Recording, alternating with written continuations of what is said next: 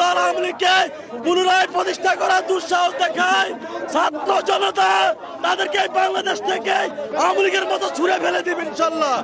কোন স্বৈরাচার এদেশে রাখবো না, স্বৈরাচারের দোষর রাখবো না। যারা স্বৈরাচারকে আবার পুনঃপ্রতিষ্ঠা করতে চায় আমরা কাউকে এই বাংলার মাটিতে রাখবো না ইনশাল্লাহ। আমরা দেখছি যে উপদেষ্টা মন্ডলীতে ফারুকী সহ আওয়ামী যেসব দোসর আছে অনেকে ইতিমধ্যে জায়গা করে নিয়েছে, আপনাদের মন্তব্য কি? আপনারা দেখেন আওয়ামী লীগ 15 বছর শাসন আমলে জায়গায় জায়গায় তাদের লোক সেট করা আছে। এখন যেখানে হাত দিই শুধু আওয়ামী লীগ, শুধু আওয়ামী লীগ, আওয়ামী লীগ ছাড়া কিছু দেখতেছি না। এই জন্য একটু সময় লাগতেছে, সব ঠিক হয়ে যাবে, আপনারা ধৈর্য ধরেন। শুধুমাত্র আমরা একটি থমথমে অবস্থা দেখতে পাচ্ছি ঢাকার রাজপথে। আপনারা দেখছেন একটি কফিন মিছিল।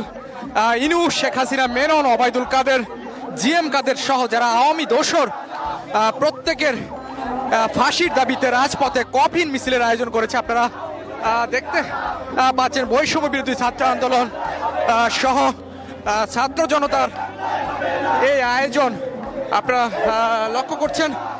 উপদেষ্টা মণ্ডলীতে যেসব আওয়ামী দোসর স্থান করে নিয়েছে তাদের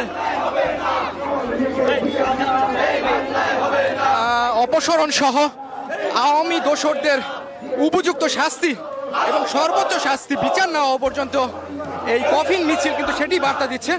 ছাত্র জনতা রাজপথ থেকে তারা একটি কঠোর বার্তা দিচ্ছে, তাদের এই আন্দোলন অব্যাহত থাকবে আওয়ামী দোসরদের শাস্তি না হওয়া পর্যন্ত, নতুন রাষ্ট্র কাঠামো না হওয়া পর্যন্ত তাদের এই আন্দোলন অব্যাহত থাকবে। শুধু কিন্তু রাজপথ উত্তাল হচ্ছে, আবারও তারা রাজপথে নেমেছে। আপনারা দেখছেন কফিন মিছিলের মাধ্যমে বৈষম্য বিরোধী ছাত্র আন্দোলন তারা কিন্তু আবারও জাগ্রত হয়েছে রাজপথে।